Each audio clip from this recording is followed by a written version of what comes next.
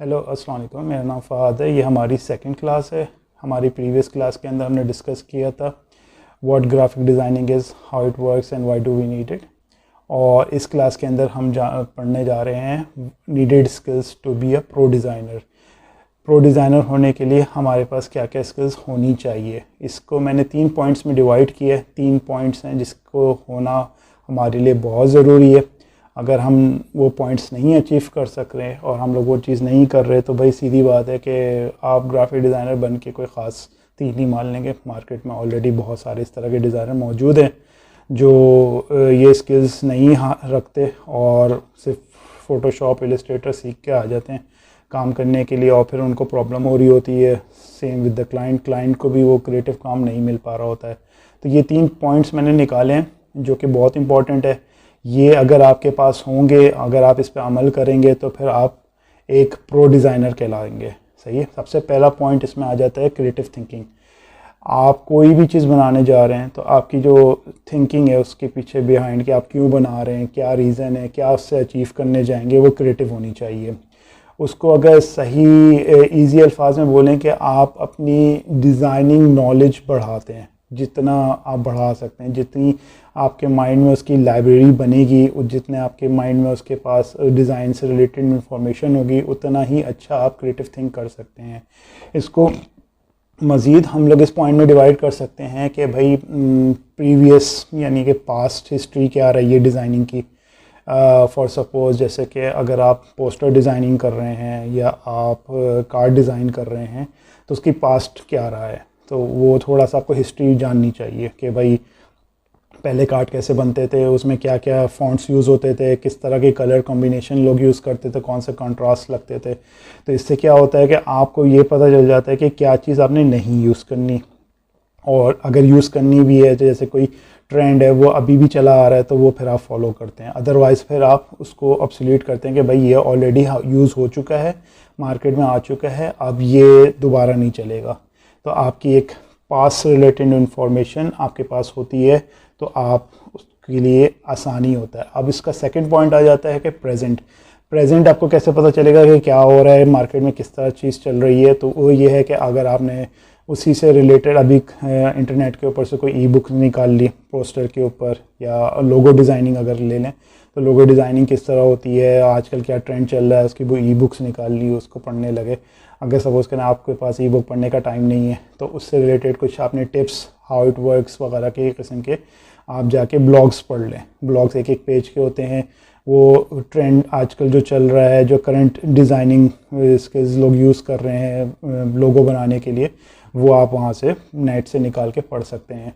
अगर आप ये भी नहीं करना चाह रहे तो सिंपल आप यूट्यूब पे जाएं, डायरेक्टली लिखे कि लोगो डिज़ाइन किस तरह होता है और कौन से लेटेस्ट हैं, क्रिएटिव लोगोस किसको कहते हैं, इस तरह के आपने वहाँ पे जाके सर्चिंग कर लें तो आपको इसी तरह की, जैसे मेरी एक वीडियो है, इस तरह की आपको बहुत सारी वीडियोस मिल जाएंगी। उससे क्या होगा कि आपके पास एक माइंड में लाइब्रेरी होगी, आप उसको देख के लर्न कर सकेंगे कि भाई ये आजकल इस तरह के लोगोस चल रहे हैं इस फील्ड के अंदर, और इससे आपको हेल्प मिलेगी कि जो आप अपने क्लाइंट के लिए बनाने जा रहे हैं। अच्छा, अब आ जाती है फ्यूचरिस्टिक वाली बात कि मतलब आपने पास के बारे में पता कर लिया, प्रेजेंट क्या चल रहा है, अब फ्यूचर किस पे जाएगा। फ्यूचर के लिए सबसे इंपॉर्टेंट चीज़ ये है कि आप अपने लिए कोई इंस्पिरेशन ढूंढें।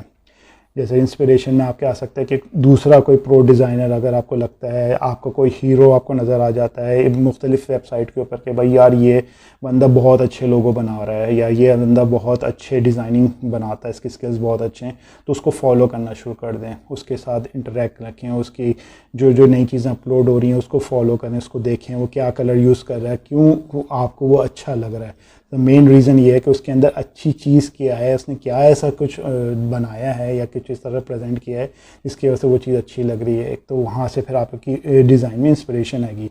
कॉपी नहीं करना, बस उसको पॉइंट नोट करना है कि वो क्या क्या कर रहा है, उस चीज़ को अपने डिज़ाइन में इम्प्लीमेंट करने की कोशिश करनी है कि आपके फ्यूचर हो जाएगा। क्योंकि फिर आप उसको फॉलो करते रहेंगे, वो भी अपने आप को अपडेट कर रहा है, तो आप एक अपने से अच्छे को फॉलो कर रहे हैं, तो उससे फिर आपको अपने काम में आसानी हो जाएगी। सही है।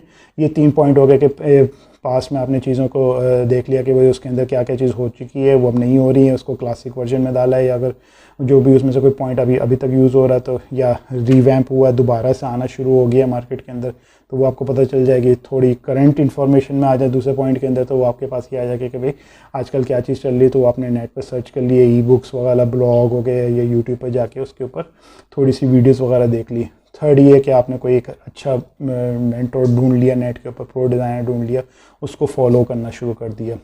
अब ये 3 पॉइंट हो गए, ये आपकी क्रिएटिव थिंकिंग में बहुत हेल्प करेगा कि अगर आप ये चीज़ फॉलो इस तरह से काम करेंगे तो आपकी क्रिएटिव थिंकिंग बहुत अच्छी आएगी। इस तरह से आपके पास एक माइंड में लाइब्रेरी बन जाएगी चीज़ों के बारे में। तो आप जब कुछ भी बनाने लगेंगे तो क्या करना है और क्या नहीं करना है वो आपके थॉट्स में आना शुरू हो जाएगा। ये बेसिकली एक नॉलेज होती है जो आपके काम करने से पहले वो आपकी क्रिएटिव थिंकिंग में बहुत हेल्प आउट करती है। इसके अंदर एक और चीज़ भी आ जाती है कि इससे आपकी एक और स्किल बहुत स्ट्रांग हो जाती है कि भाई अगर आप कुछ चीज़ बनाने चाह रहे हैं तो पहले आप उसको अंडरस्टैंड कर पाएंगे कि वो चीज़ क्या है, सही है। उसके पीछे बनाने से पहले उसका कॉन्सेप्ट क्या है, वो कॉन्सेप्ट जैसे आप खुद नहीं सोच रहे, आपने उसी जैसी चीज़ अपने मेंटोर के या प्रो डिज़ाइनर जो दूसरे हैं उनको देखा, उन्होंने क्या अचीव किया उस चीज़ से, उसके पीछे उनका क्या कॉन्सेप्ट था, उसके पीछे क्या स्ट्रेटजी उन्होंने यूज़ की है, और उनके वर्क के अंदर क्या ऐसी चीज़ें थी वो आप अपने वर्क में भी लेकर आ जाएं। सही, ये तो हो गया पहला पॉइंट आपका क्रिएटिव थिंकिंग के ऊपर। अब आज हम आ जाते हैं दूसरे पॉइंट के ऊपर, प्रॉब्लम सॉल्विंग अप्रोच या स्किल्स कह लें उसको। अब इसकी ये है कि आप सोल्यूशन प्रोवाइडर बने, design itself also a solution. सही है, इसमें ये होता है कि सबसे इम्पॉर्टेंट चीज़ ये है कि you should know your clients problem, कि उसके काम में क्या इशू आ रहा है, या आपके जो डिज़ाइन जो किसी जगह आप डिज़ाइन अगर दे रहे हैं, बता रहे हैं कि भाई यार आप ये चीज़ कर लें, तो आपको पता होना चाहिए कि आप क्यों दे रहे हैं उसको ये काम, क्योंकि उसके पास कुछ इशू है, उसके प्रोडक्ट के अंदर कुछ मिसिंग है, कोई प्रॉब्लम है, तो ये आप उसको एज अ सोल्यूशन प्रोवाइड कर रहे होते हैं। सही है, उसके लिए फिर आपके पास सबसे इम्पॉर्टेंट चीज़ ये हो जाती है कि आप पहले ये देखें कि आपके क्लाइंट या आपके काम के अंदर क्या चीज़ लैक कर रही है। सही है, डिज़ाइन लैक कर रहा है, डिज़ाइन अच्छा क्वालिटी का नहीं है, या फिर ओवरऑल वो है ही नहीं। सही है, ऐसा हो गया कि भाई उसके अंदर ऐसी चीज़ आ गई कि भाई वो मिसिंग कर रहा है। फॉर एग्ज़ाम्पल कोई कंपनी है, उसको लोगो बनाना है, लोगो नहीं बनाना, बेसिकली वो एक काम कर रही है ऑलरेडी, उसके बाद लोगो नहीं है, उसने एक खाली टाइप फेस उठाया, उसने एक फॉन्ट यूज़ किया और चला लिया। अब मार्केट में उसके तमाम कंपेटिटर के पास लोगोज़ हैं, उसके पास नहीं है। अब उसको रियलाइज़ ही नहीं हो पा रहा है कि मेरे पास क्या चीज़ मिसिंग है। तो फिर आप उसको बताते हैं कि भाई देखें आपके पास लोगो नहीं है, आपकी ब्रांड आइडेंटिटी नज़र नहीं आती किसी भी जगह पे, सिर्फ ये टेक्स्ट लिखा आता है, इसी वजह से इसके ऊपर ज़्यादा लोगों की अट्रैक्शन नहीं आती, आई कैची भी नहीं है। सही है, तो इसलिए कि आप लोगो बनाएं, ये आपने एक उसको सोल्यूशन प्रोवाइड किया।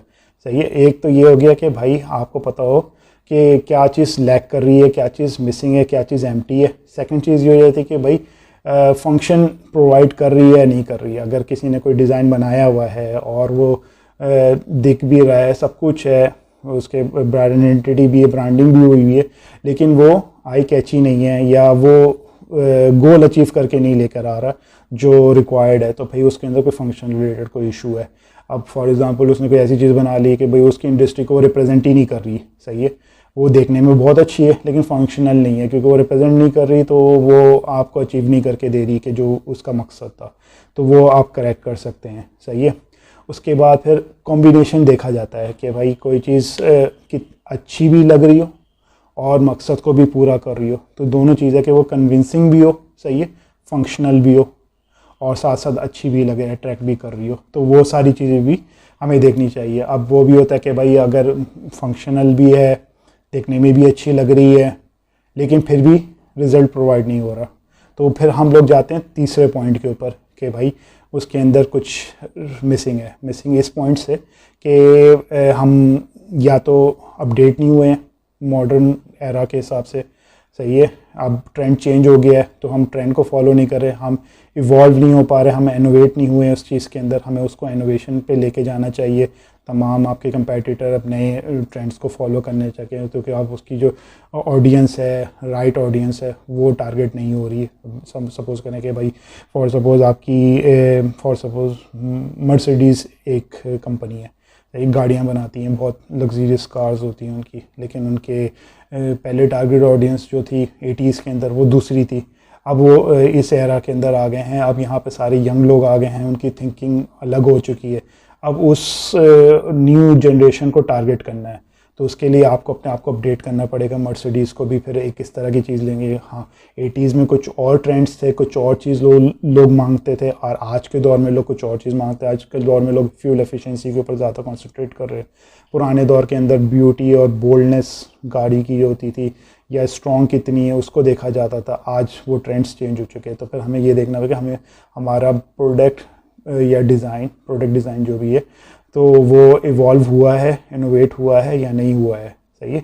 तो ये 3 इस तरह के पॉइंट्स हैं जो आपकी प्रॉब्लम सॉल्विंग करने में मदद करती हैं। फिर से रिपीट कर दूं कि अगर कोई चीज़ लैग कर रही है या फंक्शनल नहीं है तो वो आपने प्रोवाइड करनी है। सही है। सेकंड चीज़ है कि भाई फंक्शनल भी है, दिख भी रही है, लेकिन फिर भी परफॉर्म नहीं कर रही, तो इसका मतलब ये है कि कुछ ना कुछ उसमें मिसिंग है, कुछ पर्टिकुलर लेवल की चीज़ ना। तो वो आप उसके जैसे कि अच्छी दिख रही है लेकिन फंक्शनल नहीं है, तो आपने फंक्शनल वाले पार्ट को एडिट किया, या फंक्शनल है लेकिन दिख अच्छी नहीं रही इसलिए वो परफॉर्म नहीं कर पा रही उस तरह से, लोगों की आईज ही नहीं उसके ऊपर टिक पा रही, आई कैची नहीं बन पा रही, तो वो हो गए। अब ये थर्ड पॉइंट आ गया कि भाई फंक्शनल भी है और आई कैची भी है लेकिन फिर भी नहीं रिस्पॉन्स आ रहा, तो पता चलता है कि भाई आप अपडेट नहीं हुए हैं, आप इनोवेट नहीं हुए हैं उस प्रोडक्ट को लेके। तो फिर आप इन दोनों को होने के बाद तीसरा पॉइंट पे आ जाते हैं कि आपको इवॉल्व भी होना पड़ेगा नए लोगों के साथ, न्यू टारगेट ऑडियंस के साथ, कि भाई अब लोगों के पास ट्रेंड ये चल रहा है। ये हो गया हमारा सेकंड पॉइंट जो कि प्रॉब्लम सॉल्विंग का हो गया, ये सोल्यूशन प्रोवाइडर। सही है। थर्ड पॉइंट आ गया ऑलवेज रेडी टू इम्प्रूव और इवॉल्व। ये भी बेसिकली हमारा जो प्रॉब्लम सॉल्विंग में थर्ड पॉइंट था उसी से रिलेटेड ही है।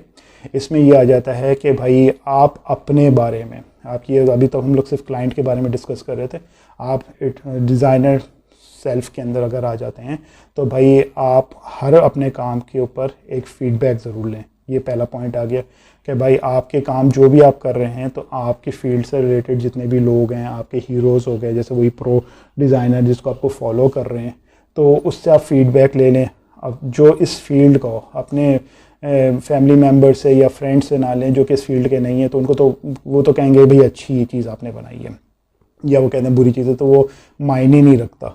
मायने कौन सा बात रखती है कि भाई उसी फील्ड का बंदा हो, प्रो डिज़ाइनर हो या बहुत ही अच्छा उस फील्ड से रिलेटेड हो, तो उसका जो रिस्पांस आएगा, उसके ऊपर जो फीडबैक आएगा, वो आपके लिए इम्प्रूवमेंट का ज़रिया बन सकता है। क्रिटिक्स भी आ सकते हैं कि भैया ये इतना आपने ख़राब बनाया ये वो, तो उसके अंदर से पॉजिटिवनेस वाली चीज़ आप निकालें और उससे अपने आप को इम्प्रूव करने की कोशिश करें।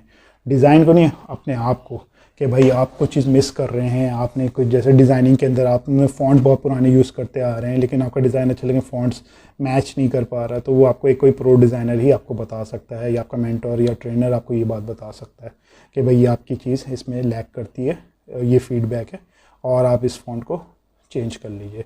सेकेंड पॉइंट ये आ जाता है कि भाई जिस तरह से उसमें प्रॉब्लम सॉल्विंग में था कि आप नए ट्रेंड्स के साथ, नए डिज़ाइन एलिमेंट्स के साथ, मॉडर्न स्टाइल एसेंशियल्स इनको यूज़ करते हुए डिज़ाइन बनाएं। क्योंकि जैसे मार्केट में ट्रेंड चल रहा है, हर साल डिज़ाइन का ट्रेंड आता है। ग्राफिक डिज़ाइन 2019 आ गया, 2020 आ गया, तो उसको आप देखें कि आजकल मार्केट के अंदर क्या चीज़ इन हो गई है, कौन से कॉन्ट्रास्ट कलर इन हो गए, कौन से फॉन्ट्स इन हो गए, कौन सी चीज़ आप ऑब्सोल्यूट हो गई है, निकल चुकी है।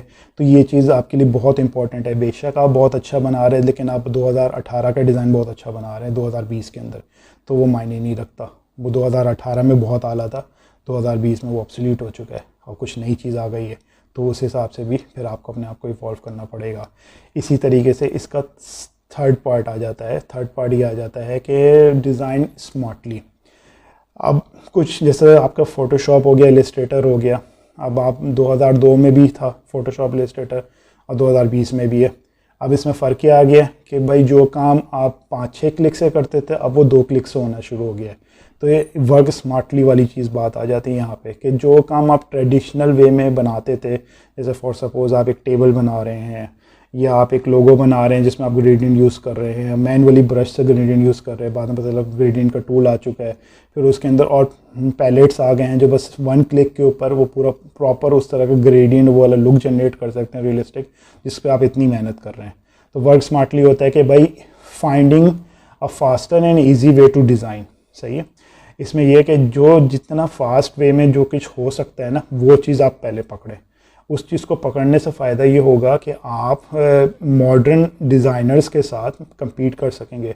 अगर आप वो ट्रेडिशनल वे में काम कर रहे हैं जिसमें आपको 10 मिनट लग रहा है, 20 मिनट लग रहा है, और नए डिज़ाइनर को वो 5 मिनट में वो रिज़ल्ट वो ला के दे रहा है, तो आप पीछे रह जाएंगे। बेशक आपने बहुत आला चीज़ बनाई है, लेकिन जो नया डिज़ाइनर है वो काम 2 मिनट में कर रहा है जो आप 15 मिनट में कर रहे हैं।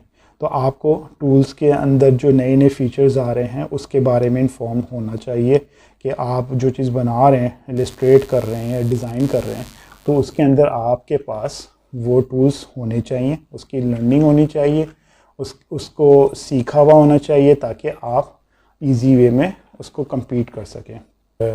That's it. इसके अंदर के ये सारे टॉपिक्स हो गए। इसके अंदर से ये हो जाता है कि अगर आप ये तमाम चीज़ें जैसे कि जैसा कि मैंने डिस्कस किया कि क्रिएटिव थिंकिंग आ गई, प्रॉब्लम सॉल्विंग आ गई, सही है, और इवॉल्विंग वाली बात आ गई कि आप अपने आप को इनोवेट करें, इवॉल्व करें। ये 3 पॉइंट अगर आपके स्ट्रॉन्ग हैं, सही है, इस चीज़ के ऊपर आप काम कर रहे हैं, तो आप एक प्रो डिज़ाइनर बन सकते हैं। अगर आप ये नहीं कर रहे तो आप प्रो डिज़ाइनर नहीं बन सकते। ये चीज़ आपके लिए ज़रूरी है। इसको अगर मैं और इजी वर्ड में बोलूँ कि अपने आप को टाइम के साथ अपडेट करना, सही है, और नए ट्रेंड को फॉलो करना, प्रॉब्लम सॉल्विंग स्किल्स अपने अंदर पैदा करना, सही है, और अब पीछे पास की तमाम चीज़ें जो जो डिज़ाइन की हिस्ट्री है, लाइब्रेरी है, वो अपने माइंड में फिट करना कि भाई मैं कुछ बनाने जा रहा हूँ तो मैं बैठ के सोचूँ ना, मेरे पास फ़ौरन से आइडियाज़ आए, फ़ौरन क्लिक हो मेरे माइंड के अंदर, क्योंकि मेरे पास ऑलरेडी मेरे ब्रेन के अंदर वो चीज़ मौजूद है, तो मैं फ़ौरन से क्रिएटिव थिंक कर सकूँगा चीज़ को।